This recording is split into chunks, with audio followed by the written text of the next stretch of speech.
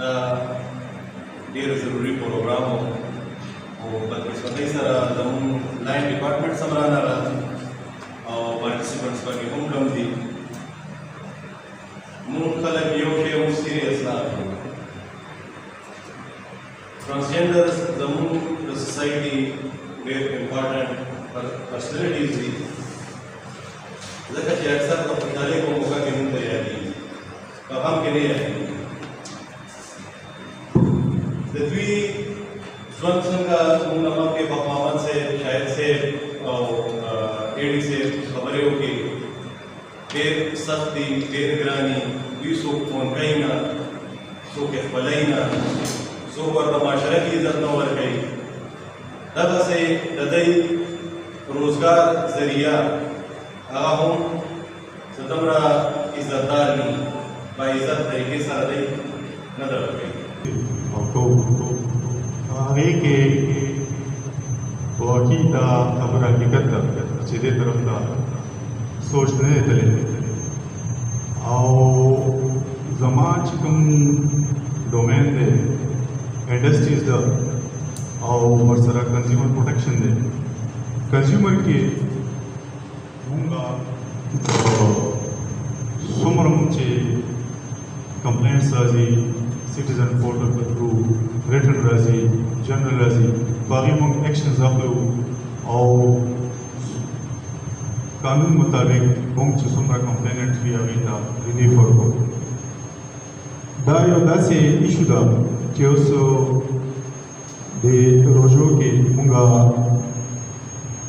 څه ارګنایزیشن داسې دي چې هغه مونږ سره رجسټرډ دي. زه به ووایم چې هغې کې یو راحت فاونډیشن دی، د زندګۍ آفس دی. د هغې په تھرو مونږ د ثوابۍ مختلفو تحصیلونو کې کلو کې 600 خاندانونو چې څومره وو هغې ته مونږ 6,000 to 7,000 پر پیکیج هغه مونږ ډسټریبیوټ کړی دی.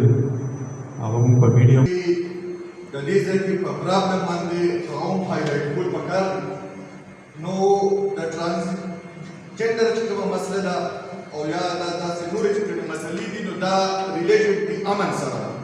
زمونږ ډېره لویه مسله دا ده چې دلته کې تاسو وګورئ نو دلته کې وینه تویېږي، قدر نشته د انسان او د انسانیت. کله چې مونږ کې دغونته کې هم دا قدر راغی چې یار دا دلته کې چې کوم ماحول دی لکه دا هم زمونږ د کمیونټي یو حصه خو ده که نه، دا هم زمونږ د وجود یو حصه خو ده که نه. بیا هم مونږ هغه د خپل ځان نه لرې کړي دي، هغه ګورنمنټ داسې پالیسۍ امپلیمنټ کړي دي که هغه زمونږ لیجسلیټیو باډي ده هغې هغه شان امینډمنټ دلته کې راوړل پکار دي. لکه تاسو که وګورئ نو دې ته که په سیناسي په جوړولو کې کومې مسلې دي یا دې ته که داسې نور داسې مسلې دي نو دا خو بلکل هایلایټ کول پکار دي، په دې باندې اواز اخیستل پکار دي. لیګل چې څه قسمه هم زمونږ د طرف نه تاسو ته پکار وي نو زمونږ خدمات به انشاءالله تاسو ته حاضر وي. زمونږ ځکه چې په دې باندې که تاسو پوره دي ته زما خیال دی دې ته په وراثت کې مسلې دي، دې ته په سیناسي په جوړولو کې مسلې دي. نو انشاءالله تعالی په حیثیت انسان مونږ له پکار دا دي چې مونږ ځان کې ډول انسانیت پیدا کړو.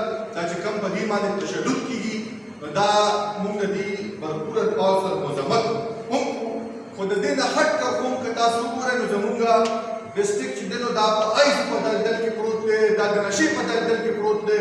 نن زما په کلي کې دوه کسان په ایسو چې دی نو ورو لګي او بل ورې ووجو. ولې مې دې ایس افیکټ دی؟ دا مسلې چې دي نو دا ټول ریلیټډ مسلې دي.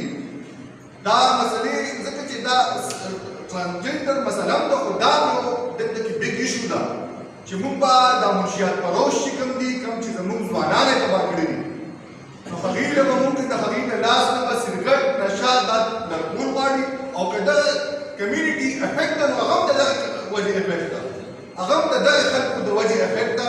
نو دا د ثوابۍ نه بلکې دا د پوره زمونږ د ټولو مسله دا ده.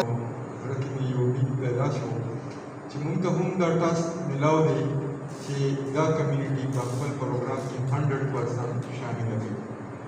په څنګه چې دوی ذکر وکړو مشکلات انتهایی دي کېدل چې دوی وزټ کړی دي او ما هم تقریبا یو وخت مخکې دوی د مردان دا چوک چې دی زه دلته چې یم نوخانه ټرانسفر یم یا دا کوم نومونه نه راځي په دې کې یو تنګ و تاریک شان د دې رهایشونه دي که چا زړې زمانې یا هندوانو رهایشونه کتلي وي نوخان کې پورې بازار ته راغلي وي یا داسې نور ځایونه دي نو انتهایی تنګ و تاریک ټایپ وي بلکل هغه سټایل کې دي چې درنه وطن نو سامې باندې ده نو کېدای شي دا ریزن چې دوی ووایي هغې یو ریزن دا دی چې هغوی سکور دغلته ځان مني چې دا ځای داسې تنګ و تاریک اور بند دی چې موږ پکې سکیور یو دوی چې څنګه ذکر وکړو داسې به هم تاسو زموږ زړه کېږي چې د دې لفظ نه هټ کا ټرانسجنډر هغوی هم انسانان دي هغوی هم